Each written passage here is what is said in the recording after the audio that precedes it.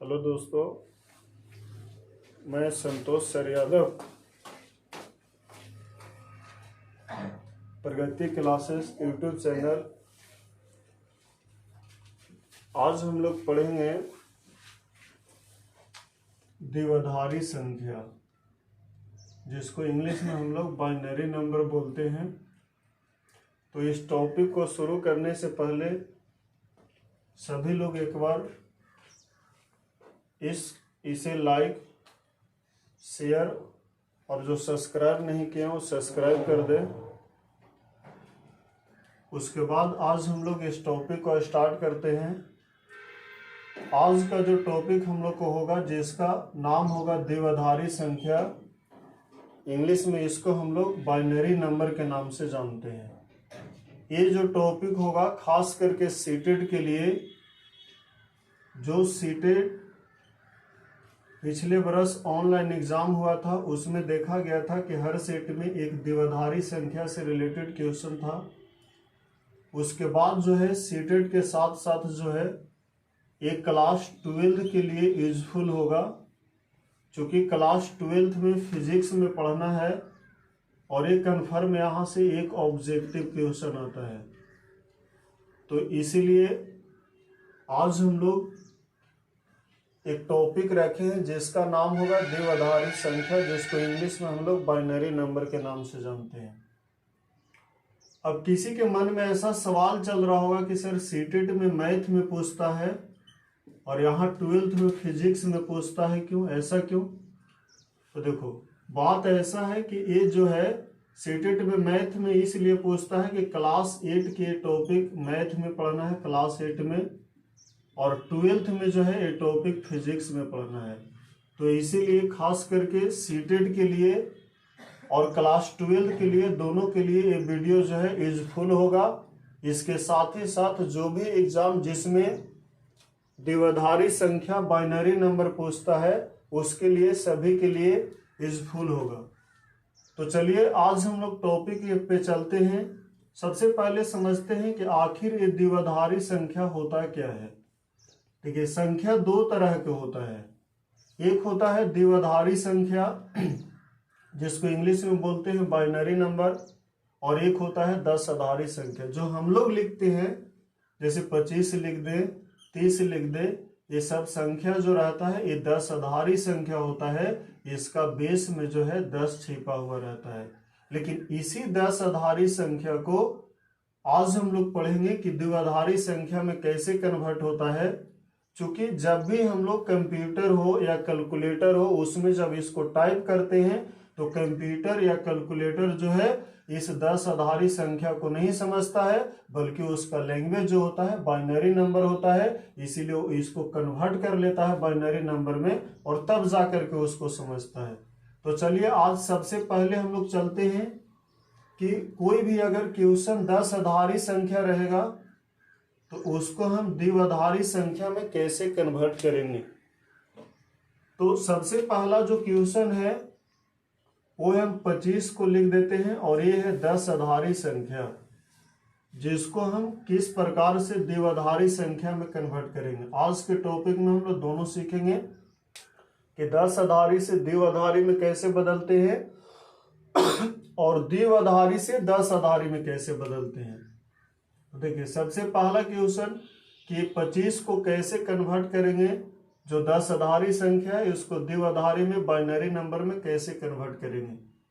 तो उसका रूल होता है कि जितना का अगर कहेगा उसको इस ढंग से बना लेना है, और उसके बाद जो है, चूंकि द्विआधारी संख्या में दो ही अंक का उपयोग किया जाता है, एक अंक 0 होता है और दूसरा होता है 1 होता है, दो ही अंक का यूज किया जाता है। तो इसको जब भी डिवाइड करना है तो 2 से डिवाइड करना है। तो 2 से हम डिवाइड करेंगे 25 को तो 12 बार में लगेगा, और जो शेष बचेगा उसको इधर लिखते आना है। तो 2 से जब 12 बार में लगेगा तो शेष इसका 1 बचेगा, इधर में हम 1 लिख दिए।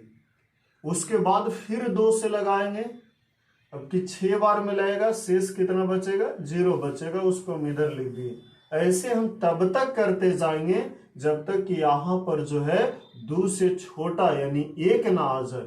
फिर हम 2 से लगाएंगे, तीन बार में लगेगा, शेष इसका 0 बचेगा, शेष को इधर लिख देना है।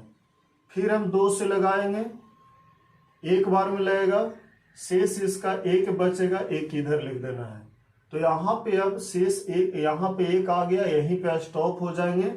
उसके बाद करना क्या है कि नीचे से यहाँ से जो संख्या आया है इसको लिख देना है। तो सबसे पहले 1 आया है, 1 को लिख दिए, उसके बाद फिर 1 आया है, 1 को लिख दिए, उसके बाद 00 है, 00 को लिख दिए, उसके बाद 1 है, 1 को लिख दिए।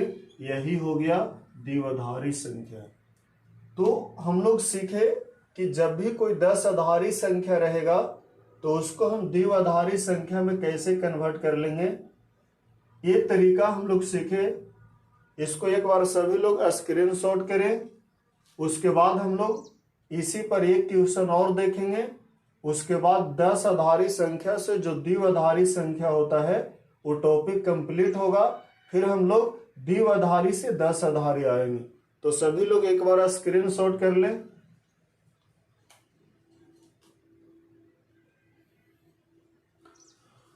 तो चलिए दूसरा क्वेश्चन जो हम लोग लेते हैं वो दूसरा क्वेश्चन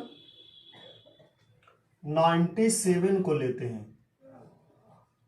97 जो 10 आधारी संख्या है, इसको हम कैसे कन्वर्ट करेंगे द्विआधारी संख्या में।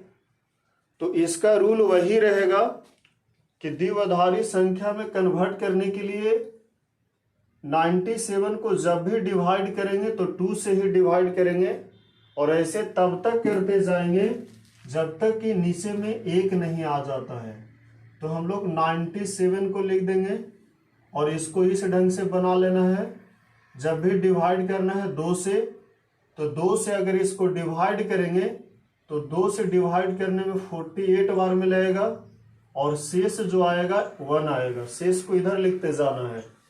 फिर जब 2 से डिवाइड करेंगे तो 24 बार में लगेगा, शेष 24 दूनी 48, पूरा पूरी कट जाएगा, तो शेष कितना बचेगा 0, 0 लिख देंगे। फिर 2 से लगाएंगे 12 बार में लगेगा, 12 दूनी 24 होता है, पूरा पूरी कट जाएगा, तो शेष बचेगा 0। फिर 2 से लगाएंगे 6 बार में लगेगा, शेष कितना बचेगा 0। फिर 2 से लगाएंगे 3 बार में लगेगा, शेष कितना बचेगा 0। ऐसे तब तक करते जाएंगे जब तक कि यहाँ पर जो है नीचे में 1 ना आ जाए। फिर हम 2 से लगाएंगे, 1 बार में लगेगा, शेष कितना बचेगा 1। यहाँ पे 1 आ गया, यहीं पे हम लोग को स्टॉप होना है।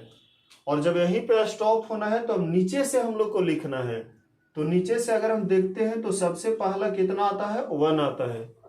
फिर उसके बाद सबसे पहला अगर हम नीचे को देखते हैं तो सबसे नीचे 1 है, 1 को लिख देंगे। फिर इसके बाद 1 है, 1 को लिख देंगे। फिर उसके बाद 4 0 है, 4 0 को लिख देंगे, और उसके बाद 1 है, 1 को लिख देंगे। तो एक कन्वर्ट हो गया द्विआधारी संख्या में। तो ये तरीका था बाबू 10 आधारी संख्या को द्विआधारी संख्या में कैसे कन्वर्ट करेंगे, इसका ये तरीका था। और ये 2 क्वेश्चन को हम लोग देखें तो एक बार सभी लोग स्क्रीनशॉट ले लें। उसके बाद अब हम लोग दूसरा टॉपिक पे चलते हैं कि अभी तो हम लोग 10 आधारी संख्या से द्विआधारी संख्या में कन्वर्ट कर लिए, लेकिन अब द्विआधारी संख्या को 10 आधारी संख्या में कैसे हम लोग कन्वर्ट करेंगे।